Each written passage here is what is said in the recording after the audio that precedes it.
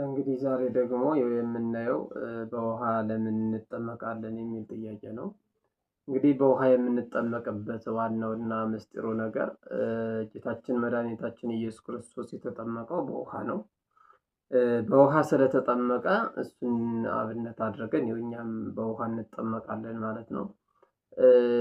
ከዛ ደግሞ ጌታችን መድኃኒታችን ኢየሱስ ክርስቶስ ለኒቆዲሞስ እውነት እውነት እልሃለሁ ከውሃና ከመንፈስ ቅዱስ ካልተወለደ በቀር ወደ እግዚአብሔር መንግሥት አይገባም የሚል ትእዛዝ ሰጥቶታል ማለት ነው። በዮሐንስ ወንጌል ምዕራፍ 3 ተራ ቁጥር 3 እስከ 6 ስንመለከተው እንዲህ ይላል፣ ከውሃና ከመንፈስ ቅዱስ ካልተወለደ በቀር ወደ እግዚአብሔር መንግሥት ሊገባ አይችልም የሚል ትእዛዝ ሰጥቶታል። ትልቅ ትእዛዝ ለኒቆዲሞስ አስተምሮታል ማለት ነው።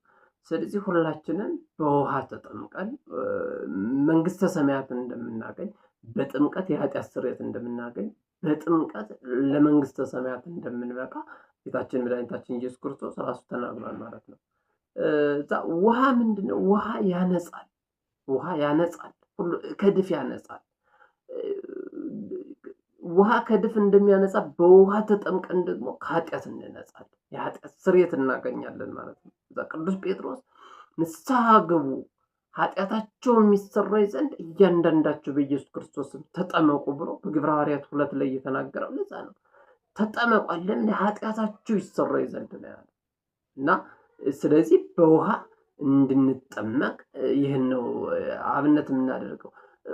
በጠቅላላ ውሃ ያነጻል። ከዛ ማርና ወተት እንጠመቅበት። ወተት ቢባል ወተት እድፍ ነው የሚሆነው።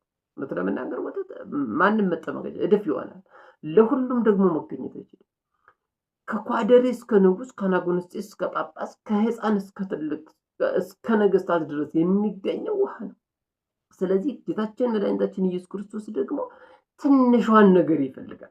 ከኛ ትንሽ ነገር ፈልጎ ትልቅ ነገር መስጠት ይፈልጋል።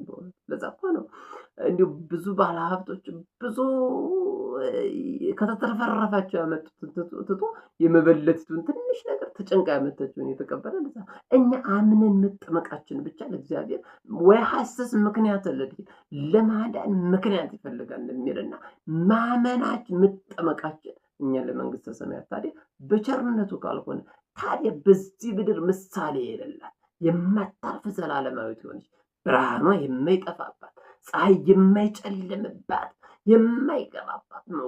በእውነቱ ፀሐይ በዛ የማይሰለጥንባት ከፀሐይ የበለጠ ፀሐይ ግን የሚያበራባት ብርሃኗ ዘላለማዊ የሆነ ቦታ ያችን እንዴት በውሃ ተጠምቀን ልናገኝ እንችላለን?